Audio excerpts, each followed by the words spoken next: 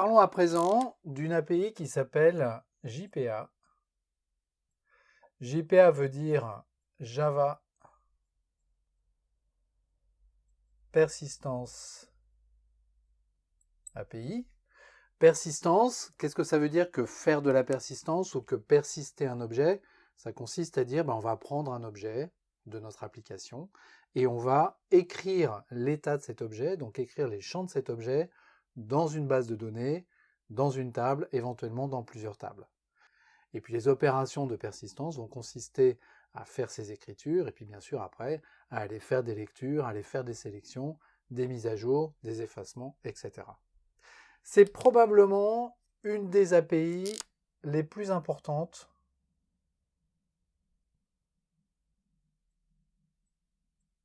de l'univers Java, en dehors évidemment des API de cœur du JDK, du cœur de Java. L'API collection, l'API stream, être capable d'écrire des lambdas, ça c'est vraiment les outils de base que tous les développeurs utilisent. Mais franchement, des applications qui n'utilisent pas la persistance, soit au travers de JPA, soit au travers d'un autre outil qu'on va voir dans un instant, elles sont vraiment très très rares. Donc comprendre comment JPA fonctionne, c'est absolument crucial. JPA est associé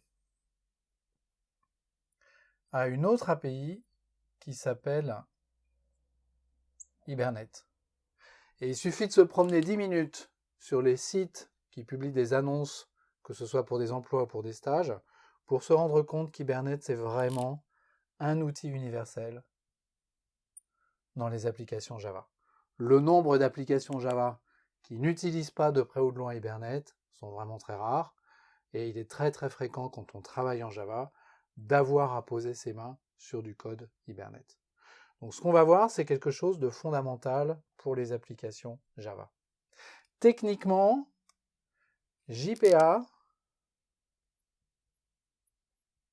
c'est la spécification. Un peu comme dans JDBC, l'API JDBC, c'est des interfaces essentiellement. Et bien JPA, c'est pareil. L'API JPA, c'est essentiellement des interfaces et des annotations. Et on va voir ça. Quel est le rôle d'Hibernate par rapport à JPA? Eh bien, c'est une implémentation de JPA. Ce n'est pas la seule implémentation. Je vais en citer au moins une autre qui s'appelle